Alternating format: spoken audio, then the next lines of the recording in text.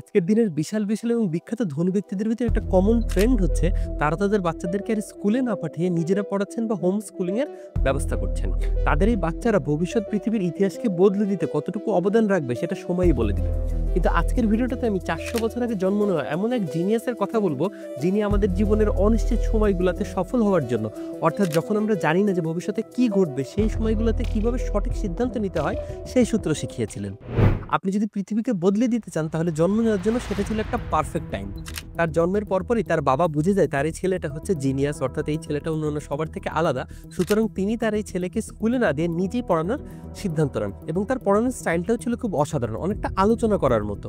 যেমন তার বাবা তাকে সরাসরি কোনো অঙ্ক না করিয়ে তাকে আসলে শিখাইতো যে ম্যাথমেটিক্স কি, ম্যাথমেটিক্স কেন দরকার, ম্যাথমেটিক্স কিভাবে কাজ করে, এই সব কিছু আলোচনা করার পরে তাকে বলতো তোমার এখন ম্যাথ করার দরকার নেই, যখন সময় আসবে তখন করবা। এই নিষেধ করার কারণে তার ভিতরে ম্যাথ করার আগ্রহটা আরো বেড়ে যেত। এমনও অনেক কথা শোনা যায় যে মাত্র 11 বছর বয়সে সে ইন্ডিপেন্ডেন্টলি ইউক্লিডিয়ান জিওমেট্রির সবকিছু নিজেই প্রমাণ করে ফেলেছিল। তার বাবা ছিল একজন গভর্নমেন্ট অফিসিয়াল, যিনি ট্যাক্স এবং অ্যাকাউন্টিং রিলেটেড কাজ করতেন। যেহেতু তার কাজে তাকে প্রচুর পরিমাণ যোগ বিয়োগ গুণ ভাগ অর্থাৎ ম্যানুয়াল ক্যালকুলেশন করতে হতো, এই সমস্যার সমাধান করার জন্য মাত্র 18 কি 19 বছর বয়সে এই জিনিয়াস ছেলে পৃথিবীর প্রথম মেকানিক্যাল ক্যালকুলেটর আবিষ্কার করে ফেলে। আমি যে জিনিয়াসের কথা বলছি তিনি হচ্ছেন বিখ্যাত ফ্রেঞ্চ ফিলোসফার এবং ম্যাথমেটিশিয়ান ব্লেইজ প্যাসকেল। আমরা সবাই কলেজে এবং ইউনিভার্সিটিতে ছক্কা এবং তাসের অঙ্ক করেছি। এই অঙ্কগুলোকে বেসিক্যালি বলা হয় সম্ভাবনা বা প্রবাবিলিটির অঙ্ক। অর্থাৎ এই অঙ্কগুলোকে আপনাকে শেখানো হচ্ছে ভবিষ্যতে কি হবে সেটা আপনি আসলে এক্স্যাক্টলি জানেন না, বাট আপনার কাছে যতটুকু ইনফরমেশন আছে সেই ইনফরমেশনের উপরে ভিত্তি করে আপনি কিভাবে বেস্ট পসিবল ডিসিশন নেবেন সেইটা আপনাকে শেখানো। অর্থাৎ আমাদের জীবনে সবসময় অনিশ্চয়তা থাকবেই, কিন্তু আমাদের কাছে যে পরিমাণ ইনফরমেশন আছে সেই ইনফরমেশনের উপরে ভিত্তি করে সবসময় বেস্ট পসিবল ডিসিশন নিয়ে আমাদেরকে সামনের দিকে এগিয়ে যেতে হবে। আর এই প্রবাবিলিটির ফর্মুলার ফাউন্ডেশনটা তৈরি করে দিয়ে গেছিলেন ব্লেইজ প্যাসকেল। মজার ব্যাপার হচ্ছে উনি জুয়া খেলা রিলেটেড একটা সমস্যার সমাধান খুঁজে বের করতে গিয়েই এই প্রবাবিলিটির ফর্মুলাটা তৈরি করেন। মনে করেন একটা ছক্কা নিক্ষেপ করা হবে এবং ছক্কাটার উপরে যদি 3 উঠে তাহলে আপনি 100 টাকা জিতবেন, এবং যদি অন্য যে কোনো সংখ্যা উঠে তাহলে আপনি 10 টাকা হারবেন। এখন আপনার কি বাজিটা ধরা উচিত?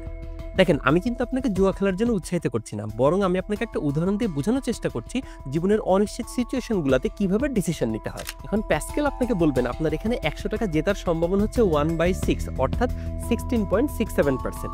অন্যদিকে আপনার 10 টাকা হারার সম্ভাবনা হচ্ছে 5/6 অর্থাৎ 83.33%। এখন এই দুইটা সম্ভাবনা যদি আপনি একসাথে করেন তাহলে এই বাজি থেকে আপনার এক্সপেক্টেড ভ্যালু বা ইভি হচ্ছে 8.3 অর্থাৎ পজিটিভ। তার মানে হচ্ছে এখন যদি আপনি এই বাজিটা ধরার সিদ্ধান্ত নেন তাহলে এইটা হচ্ছে আপনার জন্য একটা পজিটিভ ইভি ডিসিশন। তার মানে হচ্ছে এই ছক্কাটা যদি এখন 1 বার 2 বার বা 3 বার নিক্ষেপ করা হয়, সেখানে আপনি হেরে গেলেও এই ছক্কাটা যদি নিরপেক্ষভাবে 100 বার বা 1000 বার যদি নিক্ষেপ করা হয় তাহলে আপনার লং রানে জেতার সম্ভাবনা অনেক বেশি। এভাবেই কিন্তু প্রফেশনাল গ্যাম্বলার বা জুয়ারিরা ডিসিশন নেয়, অর্থাৎ তারা কন্টিনিউয়াসলি এমন ডিসিশন নেয় যেটার এক্সপেক্টেড ভ্যালু বা ইভি পজিটিভ। কিন্তু আমাদের জীবনের সকল ক্ষেত্রে সব ডিসিশন নেওয়ার জন্য কি এই সূত্র ব্যবহার করা যায়, বা কিভাবে আমরা সূত্রগুলো ব্যবহার করব? মনে করেন একজন মানুষ সে নিশ্চিত না যে ঈশ্বর বা গড আছে কি নাই, এখন তার ঈশ্বর বা গডে বিশ্বাস করা উচিত কি উচিত না, এই সিদ্ধান্ত সে কিভাবে এই সূত্র ব্যবহার করে নিবে? একটা ছক্কা যখন নিক্ষেপ করা হয় তখন তো আমরা জানি যে এখানে 1 থেকে 6 এর ভিতরে যে কোনো একটা কিছু পড়বে, সেখানে সবগুলো সিনারিওই তো আমরা জানি, কিন্তু গডে বিশ্বাস করা উচিত কি উচিত না এই সিনারিওগুলো সে কিভাবে প্রিপেয়ার করবে? এই সমস্যাটা সমাধান করার জন্যই প্যাসকেল তার বিখ্যাত যুক্তি নিয়ে আসেন, যেটার নাম হচ্ছে প্যাসকেলস ওয়েজার।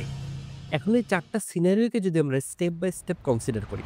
সিনারিও 1, আপনি সারা জীবন বিশ্বাস করে গেছেন যে গড আছে এবং সে অনুযায়ী কাজ করছেন, কিন্তু মারা যাওয়ার পরে আপনি দেখলেন গড বলে আসলে কোনো কিছু নাই, বাট আপনার কিন্তু সেক্ষেত্রে হারানোর কোনো কিছু নাই, ইউ উইল বি ফাইন।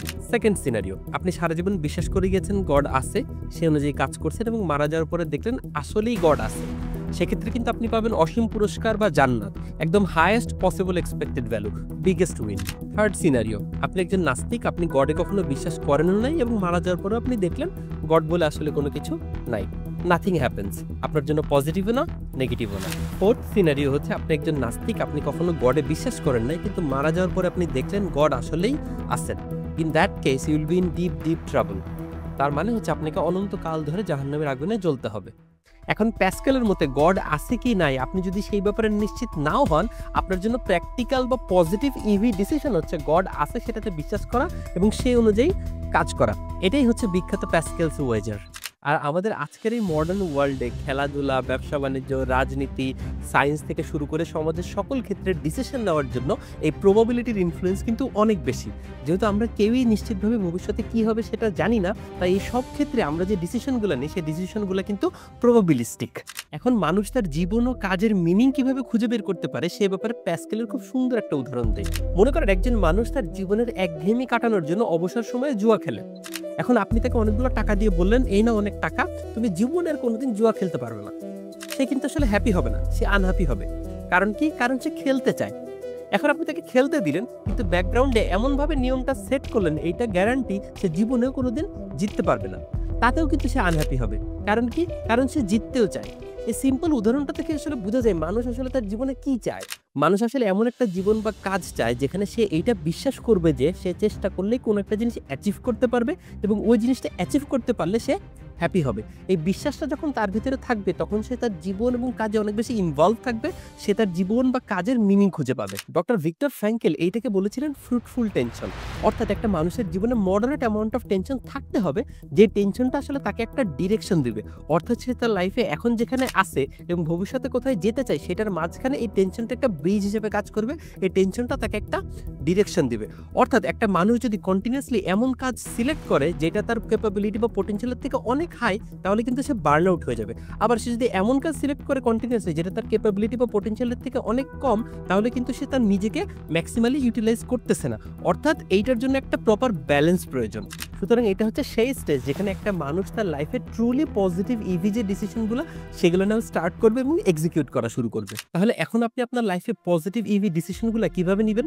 আপনি যে ডিসিশনটা নিতে চাচ্ছেন সেটার জন্য আপনার কাছে কি কি ইনফরমেশন আছে প্রথমে সেটা দেখবেন, আর কি কি ইনফরমেশন আপনি কালেক্ট করতে পারেন সেটাও চেষ্টা করবেন।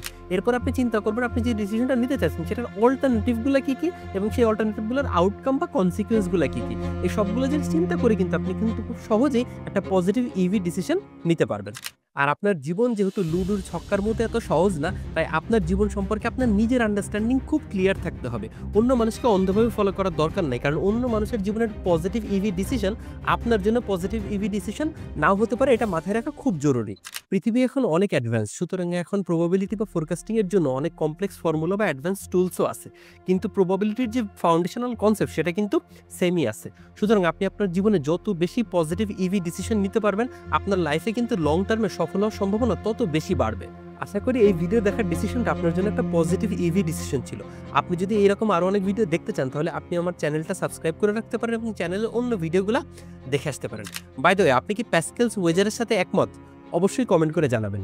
দেখা হবে পরের ভিডিওতে। ভালো থাকবেন।